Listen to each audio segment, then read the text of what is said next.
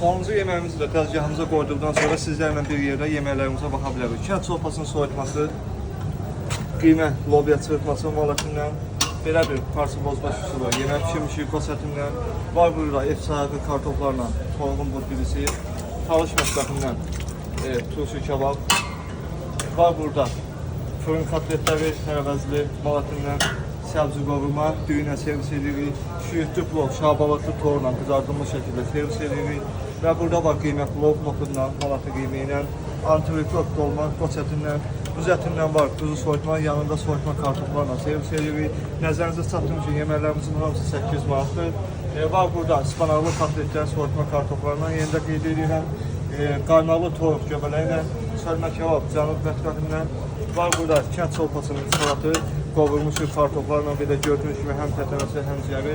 Var burada kənd çorpasının çırpması, pomidor sosu ilə, yanında da efsane kartoflarla gördüyünüz kimi şorbalarımız var.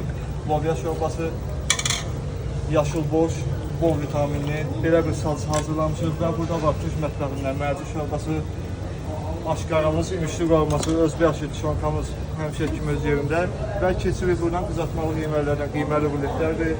Belə bir manqalda hazırladığımız pomidor rulet rollardır, qiyməli ruletlər, ləvəngili ruletdir, şinitseldir, jülyen, kayseri yağlaması, manasır sarı, toyuq, pendirli langit və tabakalarımız. Buyurunuz olsun.